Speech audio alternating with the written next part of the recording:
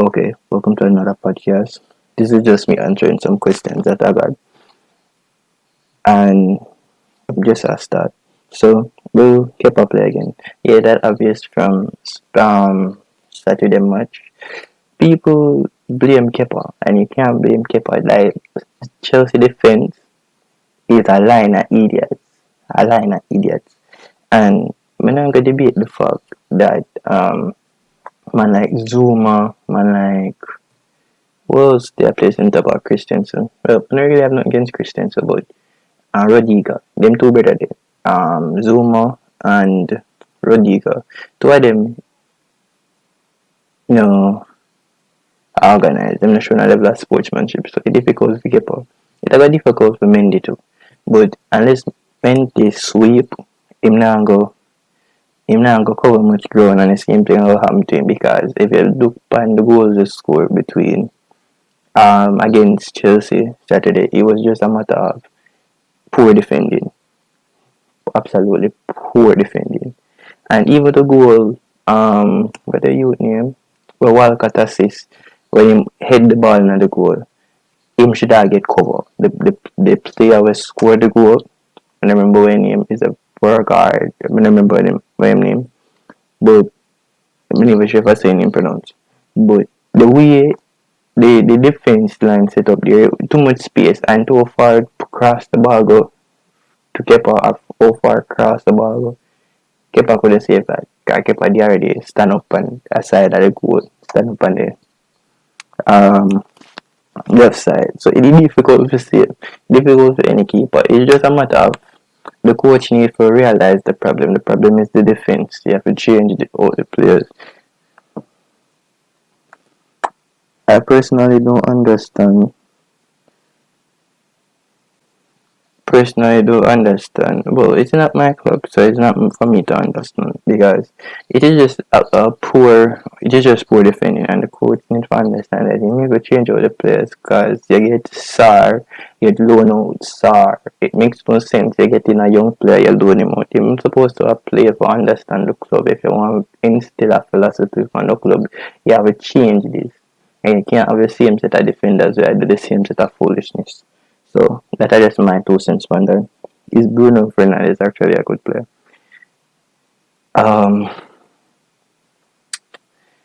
in terms of penalties, but not much of a creative. Well, not say much of a creative, not much of creativity because I don't really watch Bruno Fernandes. I don't really watch Manchester United that much.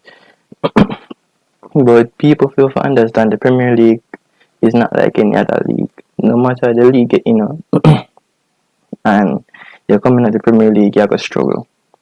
You're gonna struggle because the Premier League has respect for no name. The Premier League has respect for no name.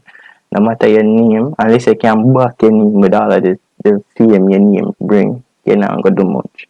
People they excited about Bruno Fernandes coming to Manchester United and really all him do is score penalties. He not really contribute much and Saturday shows that the real thing Manchester United actually need and it in the field he need on the pitch of Van de Beek because Van de Beek more creative, Van de Beek more aggressive, Van de Beek can change the game. So it's not really if he's a good or bad player. He's just not. Bring it. He cannot bring the team. So is he a good player? Decent, but not a player that can bring the team. Is Lingard actually a good player? To me, Lingard is a great player. Lingard is just underrated, like a lot of other players out there. Lingard is just struggling, having a bad time. He's probably just not seeing eye to eye with the coach or seeing eye to eye with the club. But it's difficult for a player like Rashford, yeah, Lingard, because Lingard is creative, Lingard is fast, Lingard can score goals. It's just that Lingard is not comfortable. So to me, people will mock Lingard, but if Lingard gets into a club like Bayern Munich or any team that uses the pace of the players, uses the creativity of the players, people would say are different, by far different Lingard. Are the new penalty rules fair?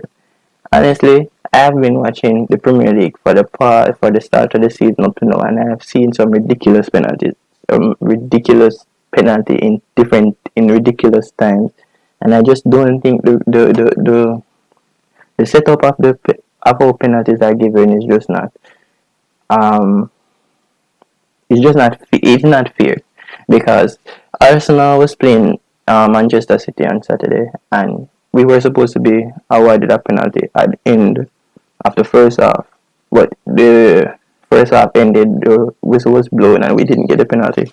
But in previous week, when Manchester United played Brighton and the game was blown off, they were still able to take the penalty, and I don't understand why things like this can happen to some clubs, but not every club, not every team gets awarded the same treatment. To me, it's not fair. Even with the one foot must be on the goal line. Um, that is stupid. Fair, not fair. Alright. A keeper knows that they are not supposed to go more than six more than an inch from the goal line. That was a thing. So it would always be, it wouldn't be a block. But probably they realized that it was just not serving the penalty taker any favors. But even with Manchester United, where they got the penalty and Ayew missed the penalty, and then Zaha was able to score. To me, I knew the first penalty was going to be. He couldn't. Ayew wasn't going to score the first penalty. Not saying Crystal Palace didn't deserve to win. They did, but the penalty, I just didn't think that was really relevant or fair for that matter. So the penalty rules, I kind of don't agree with, other than the 1 foot on the goal line, which is kind of tricky. Will Everton make up for? That is a good question, because personally I think Everton could win the league. Honestly, Everton has something no other club has. Everton has confidence, creativity, and the club itself has drilled perfectly. Other than Aston Villa, who has only conceded 2 goals in this entire Premier League season. Ah, since the Premier League season has started, was only conceded 2 goals. Big up to Martinez. These are teams that people will not pay attention to, but these are teams actually putting in the work. Martinez, Aston Villa, Everton. People might say that the league is young, but unless teams come up with a way to trash these teams, they will not win. They will not beat them, because these teams want to win the Premier League. They have not won it. They have not won it over the last 20 years. I'm not sure if they even won it. I'm not sure about Aston Villa, but I thought Everton won it. But these teams want the Premier League, so they're going to fight for it. So definitely Everton probably could win the league. Is Ole a good manager? Is Ole a good manager? Personally, to my opinion, probably some people agree with me. My opinion alone. I just don't see him as a Manchester United coach. This man has the worst picks for match day. The worst picks for match day. I do not understand. Manchester United is not my team, but I do not understand why not start Van de Beek. If this player can change the game every time he's on the field, why not just start him? You start players like Fred, players like Bruno Fernandes.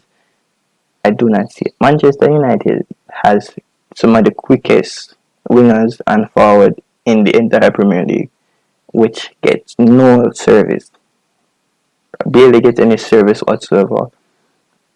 So it's going to be difficult, and if the manager cannot put in a creative player, a man that can hold the ball and distribute it, it's going to be difficult for Manchester United. And personally, Manchester United probably might look at relegation if the Premier League continues the way it is going, with teams fighting. This is actually a fighting Premier League. So everybody is fighting.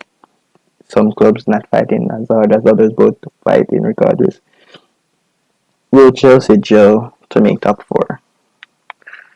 Um, uh, as I said at the start, it is really not a matter of gel. Chelsea has talent, but Chelsea does not have good defenders, which stresses the keeper and the coach because giving 2 goals away in the space of around 10-20 minutes is not easy to do with a small team. That is really not. Who did they play?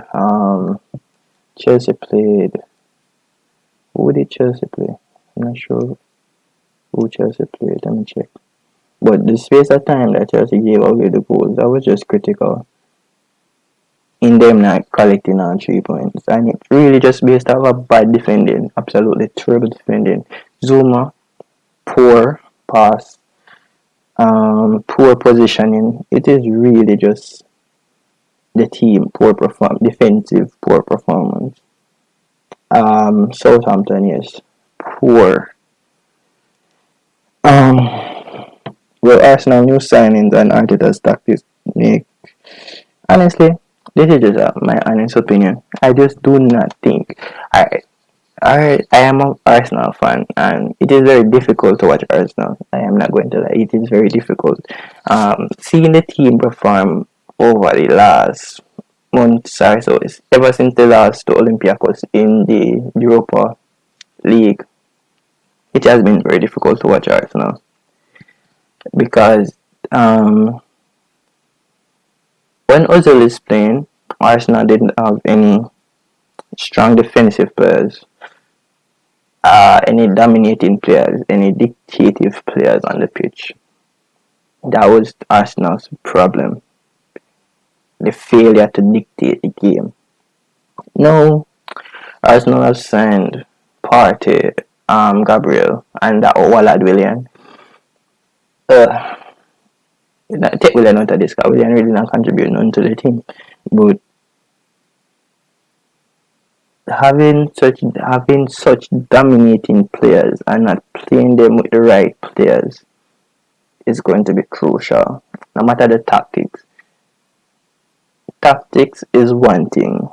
Carrying out a tactic is very different. If you don't have the players to instill your tactics, no matter how positive you are, will not work. It will just won't go hand in hand. And I think that is the problem. It just doesn't go hand in hand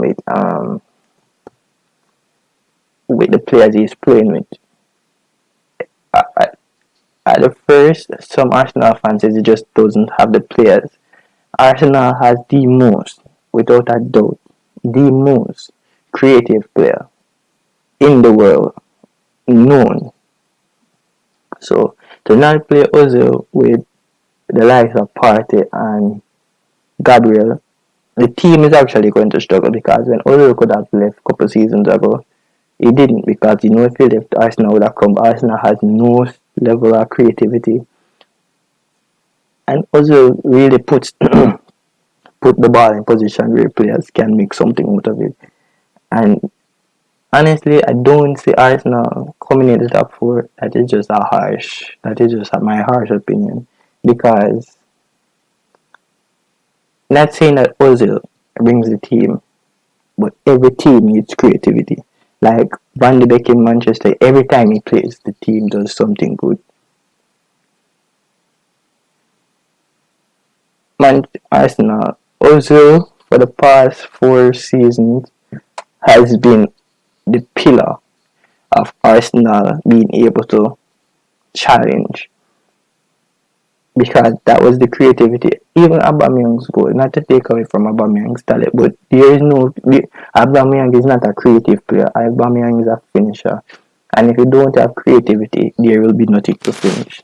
And if they cannot realize that is the problem, no matter how you set the team, I just feel like Arsenal is going to struggle, and until they can put Ozil back in the team, the team is going to struggle. So that is it.